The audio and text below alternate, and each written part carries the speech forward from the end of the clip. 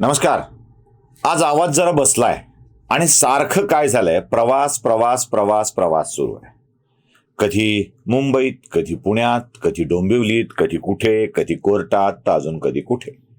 या प्रवासाच्या भानगडीत आवाजाची झाली आहे गडबड. जागोजागचं पाणी, घाट घाट का पाणी पीकर आया हूं, हे अभिमानानं सांगता सांगता हे पाणी पचवणंही अवघड झालंय आणि आवाज बसून गेलाय. त्यातल्या त्यात फोनवर बोलणं वगैरे या सगळ्या गोष्टी जराशा अवघड होत चालल्यात. चला, दुखणी खूप सांगायची नसतात, आपलं काम प्रामाणिकपणे पार पाडायचं असतं. कारण सांगत बसलो तर आवाज बंद होऊन जाईल आणि आवाज बंद झाला तर आपल्याशी संवाद कसा करणार.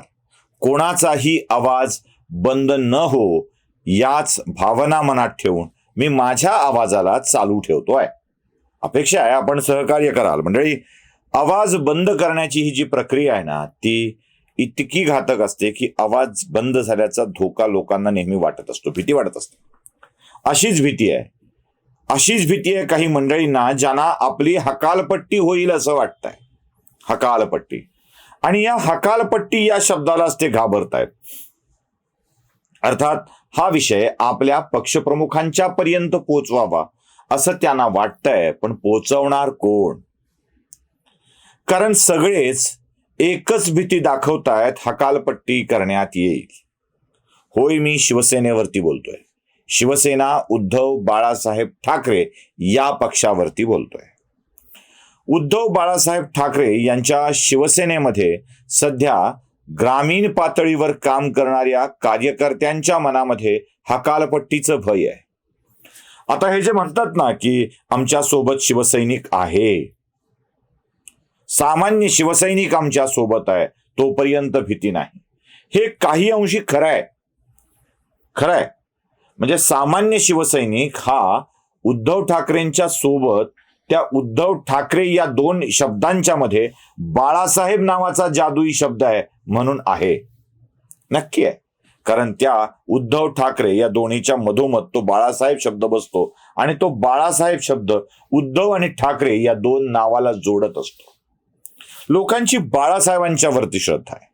लोकांची बाळासाहेबांनी त्यांच्याकरता केलेल्या कामावरचा विश्वास आहे. नेतृत्व म्हणून मनोमन मान्य केलेलं आहे. आणि याच पक्षात त्यांच्या राजकीय आयुष्याची जडणघडण झाली आहे. म्हणून जे एवढ्या पडझडीनंतरही उद्धव ठाकरेंच्या सोबत राहिलेत ते बाळासाहेब नावाच्या विचारावर श्रद्धा ठेवून राहिले. आता या बाळासाहेबांच्या विचारांना उद्धव ठाकरे पुढे नेतील असं त्यांना वाटतंय, पण बाळासाहेबांच्या विचारांच्या अगदीच विरोधातल्या वृत्तींनी शिवसेनेमध्ये शिरकाव केलाय. त्या शिवसेनेला नियंत्रित करू लागल्यात आणि हे अस्वस्थ होत आहे. बाळासाहेबांच्या पक्षातून आपल्यालाच हाकलून लावलं तर काय असं त्या बिचाऱ्यांना वाटतंय आणि ते घाबरतायत.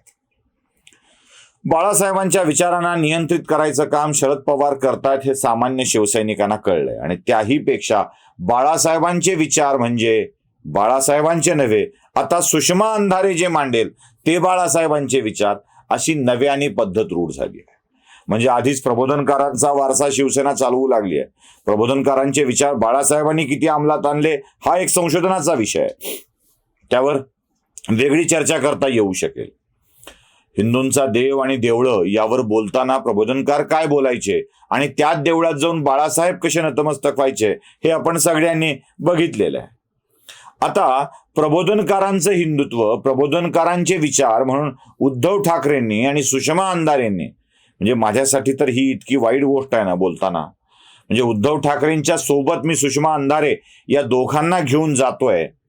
म्हणजे आता खरं तर शिवसेनेच्या वैचारिक दृष्ट्या काय म्हणायचं याला तुम्ही ठरवा. म्हणजे याला मी उत्थापन म्हणू, अधपतन म्हणू की आणखी काय म्हणू, मी तुमच्यावर सोडतोय. या दोघांच्या वरती जेव्हा तो विषय येतो तेव्हा तो अडचणीचा ठरतो. जाऊ दे, त्या वैचारिक अधपतनावर आपल्याला बोलायचं नाहीये, उत्थापनावरही आपल्याला बोलायचं नाही. आपल्याला बोलायचं आहे सामान्य शिवसैनिकांच्या तालुका प्रमुख, उपप्रमुख, शहर प्रमुख या बाबतच्या माणसांविषयी. झालंय असं की सुषमा अंधारेंच्या सारख्या नेत्यांच्याकडं पक्षाची सूत्र दिल्यामुळे आता त्यांना शिवसैनिक म्हणजे मुकाटपणे राबणारा आणि राबविता येणारा यंत्र वाटतोय. माणूस नाही, यंत्र वाटतोय. आणि त्याच्याकडून हवी ती कामं करून घ्यायची आणि जर यंत्र बिघडलंच, कुरकुर करू लागलं तर हकलून लावायची भीती द्यायची, धैर्य दाखवायची. हे एक नवं सूत्र शिवसेनेमध्ये आलंय. ज्या दिवशी उद्धव ठाकरेंनी सुषमा अंधारेंना प्रवेश दिला त्याच वेळेला आम्ही मराठवाड्यात हे चालणार आहे का असा प्रश्न उद्धव ठाकरेंना विचारला होता. अर्थात आमच्या प्रश्नांना, आम्ही मांडलेल्या विषयांना उद्धव ठाकरेंनी भाजपाचं आम्ही चाटुगिरी करतो असंच त्यांच्या कार्यकर्त्यांना सांगितलेलं असल्यामुळं आणि स्वतः समजून घेतलेलं असल्यामुळं खरी गडबड होतीये. भाऊ तोरसेकरांनी उद्धव ठाकरेंना जे जे उद्देशून सांगितलं ते जर उद्धव ठाकरेंनी ऐकलं असतं तर अधिक बरं झालं असतं. पण नाही, भाऊ तोरसेकर म्हणजे भाजपच्या इशाऱ्यावर चालणारे व्यक्तिमत्व असं समजून घेतलं. कसं असतं ना की जेव्हा आपल्याला कोणी आरसा दाखवायला लागतं तेव्हा हा आरसा नाहीच आहे, ही मयसभा आहे असलं कोणी समजून घेतलं की काय होणार, दुसरं काय होणार आहे. तेच उद्धव ठाकरेंच्या सोबत होत आहे. सुषमा अंधारे ज्या पद्धतीनं तालुका स्तरावरच्या कार्यकर्त्यांना वापरतायत, ज्या पद्धतीनं धमक्या देत आहेत, त्या पद्धतीनं त्या बिचाऱ्यांची अवस्था खूपच वाईट झाली. एक उदाहरण माझ्याकडे असं आहे की एका कार्यक्रमाच्या निमित्ताने सुषमा अंधारेंनी एका पदाधिकाऱ्याला फोन केला आणि फोन करून या कार्यक्रमाला मदत करावी असं सांगितलं, सुचवलं, सुनावलं, सूचना केली, आदेश दिला. शिवसेनेत विनंती करत नसतात. आदेश दिला की मोठी मदत हवी आहे, किती करू ताई असं विचारल्यावर करा 1,00,000-2,00,000 असं सांगितलं. आता 2,00,000 बिचारायची अवकात नव्हती. शहरावर तालुक्यावर काम करणाऱ्या माणसांनी कुठून आणायचे 1,00,000-2,00,000 रुपये. मग त्यानं 50,000 रुपये पाठवले आणि 50,000 भीक देताय का असं म्हणत ते 50,000 बाळासाहेब अंबुरे नावांच्या एका व्यक्तीला फोन करायला सांगून परत करायला लावले. म्हणजे एका सामान्य माणसांच्याकडून पैशाची अपेक्षा व्यक्त करायची आणि वारंवार एकच वाक्य, ऐकलं नाही तर हकालपट्टी करेन, ऐकलं नाही तर हकालपट्टी करेन. त्या अप्पासाहेब जाधव नावाच्या जिल्हा प्रमुखांची आणि संपर्क प्रमुखांची हकालपट्टी झाल्यानंतर आपलीही होईल का अशी भीती त्या लोकांना वाटू लागली आहे. मग कुठला शहर प्रमुख असेल, कुठला तालुका प्रमुख असेल की अजून कुठला असेल, एक एक सभा म्हणजे पैसे जमा करण्याचं साधन असंच झालंय. परळीत गेल्यावर सुषमा अंधारेंना अशी स्थिती येते की त्यांना वाटतं की मी धनंजय मुंडे आणि पंकजा मुंडेंसारखं वागलं पाहिजे. धनंजय मुंडे जसे गाड्यांचा ताफा घेऊन जातात तसा माझ्या मागे गाड्यांचा ताफा असला पाहिजे. पंकजा मुंडे जसा गाड्यांचा ताफा घेऊन जातात तसा गाड्यांचा ताफा माझ्या मागे असला पाहिजे असं सुषमा अंधारेंना वाटतं. पण तो ताफा येत नाही आणि जेव्हा येत नाही तेव्हा शहर प्रमुखांना, अन्य माणसांना सांगितलं जातं की तुमच्या गाड्या घेऊन या. आता बिचारे या भागातील शहर तालुका प्रमुख म्हणजे मग ते अंबाजोगाई असू दे, परळी असू दे की माजलगाव असू दे, यांचं सगळ्यांचं आयुष्यच तोळामासा आहे. यांची संपत्ती देखील तोळामासा आहे. लष्कराचं भाकरी भाजायचं काम घरचं खाऊन अशा स्वरूपाचं हे काम असतं. 4 पैसे मिळत असतीलच तर ते घर चालवण्या इतकेच मिळतात.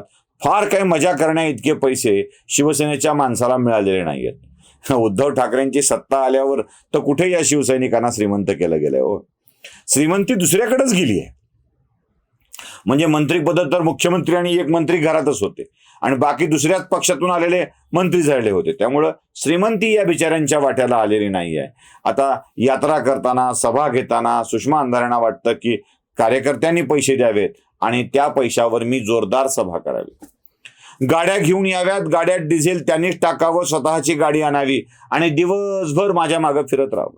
मी परळीत आल्याबरोबर माझ्या दारासमोर 5-25 गाड्या उभ्या दिसल्या पाहिजेत आणि कार्यकर्त्यांची रांग भेटायला आली पाहिजे. मग मी कुणाला तरी अरे एसी भेजो, अरे सोफा भेजो, अरे ये भेजो, वो भेजो असं हात वर करून सांगावं आणि जहापणा तोफा कबूल हो म्हणत लोकांनी त्यांच्या समोर अगदी नम्रपणे झुकून उभं राहावं. अशा अपेक्षा सुषमा अंधारे ठेवतात आणि हे जे अपेक्षांची पूर्तता करत नाहीत त्यांना हकालपट्टीची भीती दाखवतात. आता ही हकालपट्टीची भीती त्या बिचाऱ्यांच्या मनात इतकी घर करून बसली आहे कारण हकालपट्टी केली तर शिंदे जवळ करतील का हा मोठा प्रश्न आहे. आणि हकालपट्टी झाल्यावर शिंदेनी जवळ नाही केलं तर आपण आपलं राजकीय आयुष्य कसं काढायचं हाही बिचाऱ्यांसोबतचा समोरचा मोठा प्रश्न आहे. त्यामुळं ते सगळे हकालपट्टीला घाबरतायत. त्यांना सांगता येत नाहीये. हळूच फोन करून रात्री सांगतात, व्हॉट्सअपवर कॉल करून, सुशीलराव एवढा मुद्दा मांडा, फार आवश्यक आहे. आता किती कॉल आलेत याची डिटेल्स मी देत बसणार नाही, कारण माझ्या सांगण्यामुळं त्या बिचाऱ्यांना अजून त्रास होणार नाही एवढी काळजी सुद्धा मला घ्यायला पाहिजे. ठाकरे साहेब, तुम्हाला कितीही आम्ही भाजपचे गुलाम, चाटे, समर्थक वाटत असलो तरी त्या उद्धव आणि ठाकरेच्या मध्ये जे बाळासाहेब नाव आहे ना, त्यामुळं कधी कधी तुमच्या बाजूने बोलावं वाटतं. तुमच्या समोर आरसा उभा करावा वाटतो. बघा, जमलं तर त्या लोकांच्या मनातली हकालपट्टीची भीती काढता आली तर, आणि ही भीती दाखविणाऱ्यांचा आवाज बंद करून त्यांना बाजूला करता आलं तर. नाहीतर आपल्या नशिबात जे लिहिलंय ते होणारच आहे. पटलं कारवाई करा, नाही पटलं तर कमेंट बॉक्स ओपन आहे, सुरू करा शिव्या द्यायला. बामणा, भाजपचा भक्त, गुलाम, चाट्या, भट्या, अजून काय काय. शिव्या दिल्याने काही फरक पडत नाही. तुमच्या शिव्या आमच्यासाठी ओव्या ठरवत. द्या शिव्या महाराज, आम्ही ओव्या गात राहू.